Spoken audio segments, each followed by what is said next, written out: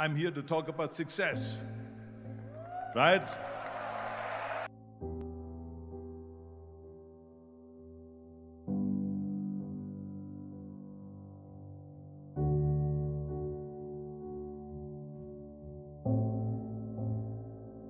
The first rule of success is to have a vision. You see, if you don't have a vision of where you go, and if you don't have a goal where you go, you drift around and you never end up anywhere. It's like you can have the best ship in the world, you can have the best airplane in the world. If the pilot or the captain doesn't know where to go, it would just drift around. It would not end up anywhere, or most likely in the wrong place. So I was very fortunate that I stumbled onto my vision. I mean, as you know, I was born in 1947 in Austria after the Second World War. And I didn't really like Austria when I grew up. I couldn't wait to get out of there. I couldn't see myself becoming a farmer or a worker in a factory or anything like that. Even though my parents wanted me to stay there and have a normal life. My father wanted me to become a police officer like he was. My mother wanted me just to stay there and marry a girl with the name of Heidi, hopefully, and have a bunch of kids and run around like the Van Trapp family in The Sound of Music. But that was their vision, not mine. My vision was totally different. I felt that I was born for something special, for something unique, for something big. You know how great it felt that I knew where I was going? Imagine the majority of people don't know where they're going. When you have a goal, when you have a vision, everything becomes easy. Because remember that in America, for instance, when you study, you will see the percentage of people that like their jobs. 74% hate their job in America. Now, there is not much different when you come to Europe.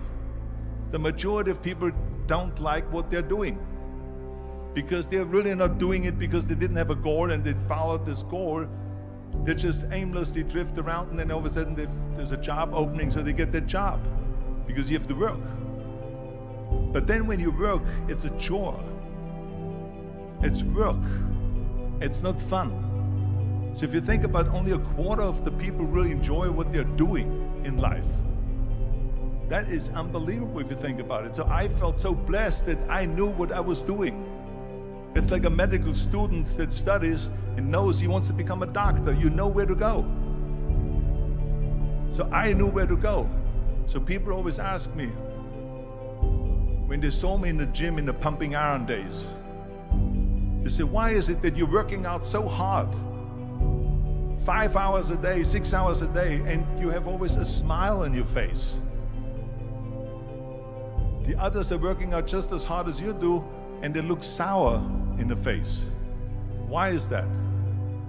And I told people all the time, I said, because to me, I'm shooting for a goal. In front of me is the Mr. Universe title.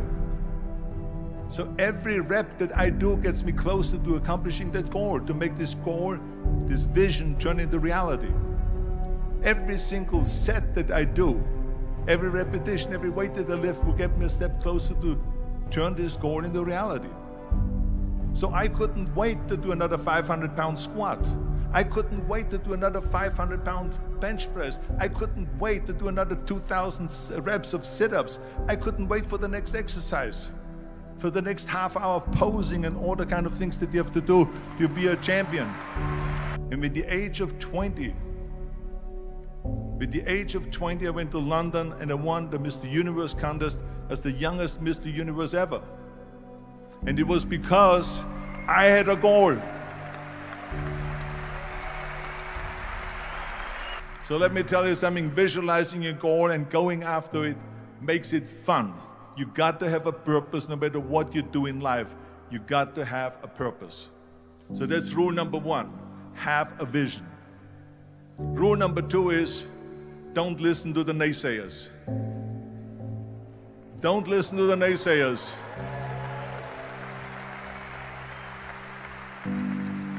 Everything I ever did, the thing that I heard out of people's mouth was, that's impossible. that can't be done or no. So whenever someone said to me, it can't be done, I heard it can be done. When they said no, I heard yes. And when they said it's impossible, I heard it is possible. I'm a strong believer of what Nelson Mandela said, that everything is always impossible until someone does it. Well, I'm going to be the one, I said to myself, I'm going to do it and I'm going to show it to them. Maybe it has never been done before. That's perfectly fine with me. But I'm going to do it. And I did not listen to the naysayers. The next thing, the third point that I'm going to make to you is, before we sit down with Jürgen and talk about the rest of the three, is work your ass off. There is no magic pill. There is no magic out there.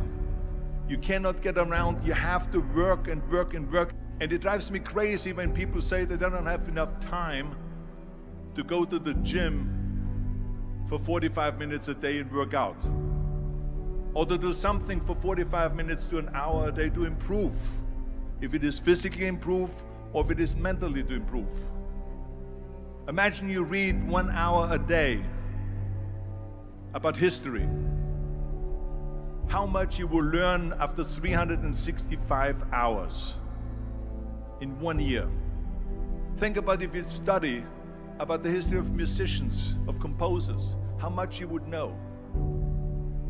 Imagine if you would work on a business, on some business that you want to develop every day for an hour. Imagine how further along you will go and get. So it drives me nuts because we have, when people say we don't have the time, we have 24 hours a day. We sleep 6 hours a day, so that gives you still 18 hours. And there's someone shaking their head out here in front. They say probably, I don't sleep 6 hours, I sleep 8 hours, right? Or just sleep faster.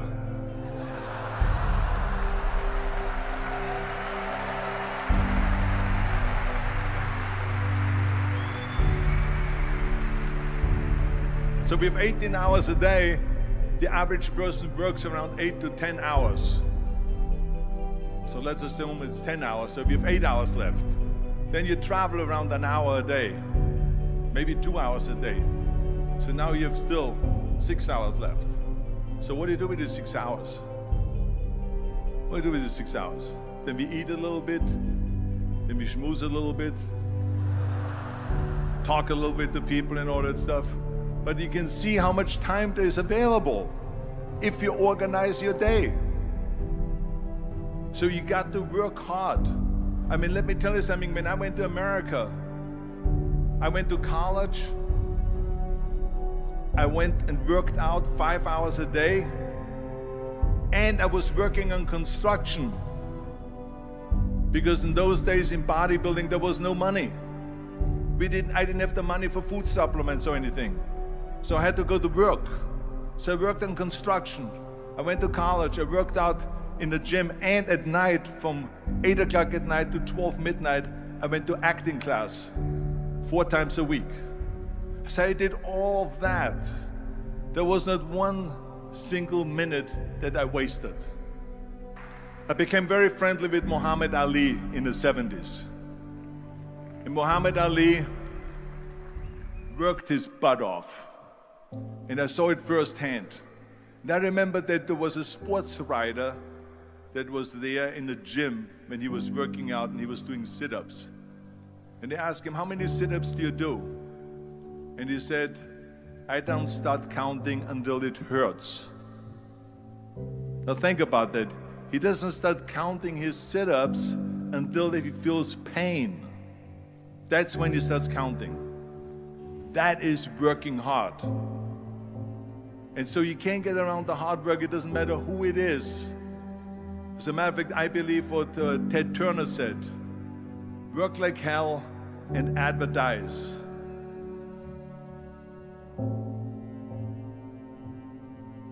You get it?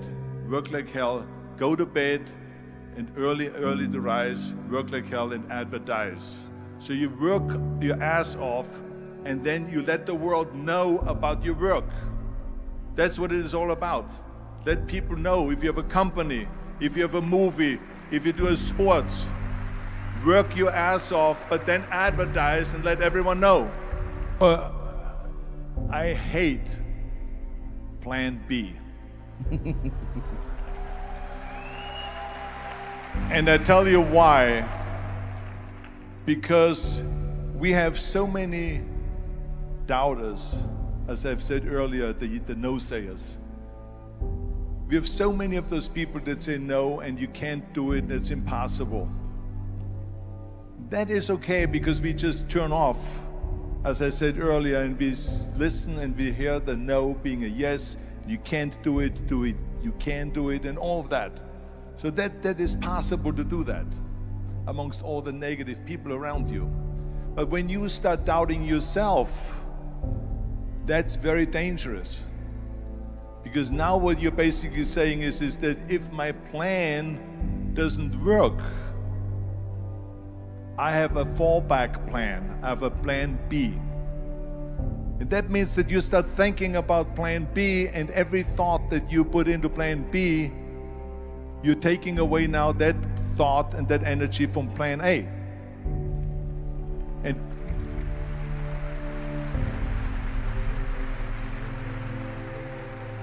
And it's very important to understand that we function better if there is no safety net, because plan B becomes a safety net. It says that if I fail, then I fall and I get picked up and I have something else there that will protect me. And that's not good, because people perform better when there's no safety net. People perform better in sports and everything else if you don't have a plan B. To me, it is very dangerous to have a plan B, because you're cutting yourself off from the chance of really succeeding. And the reason, one of the main reasons why people want to have a plan B is because they are worried about failing. What is if I fail, then I don't have anything else? Well, let me tell you something. Don't be afraid of failing, because there's nothing wrong with failing. You have to fail in order to climb that ladder.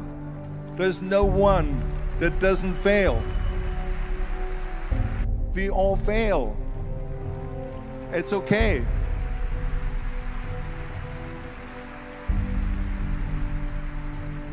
What is not okay is that when you fail, you stay down.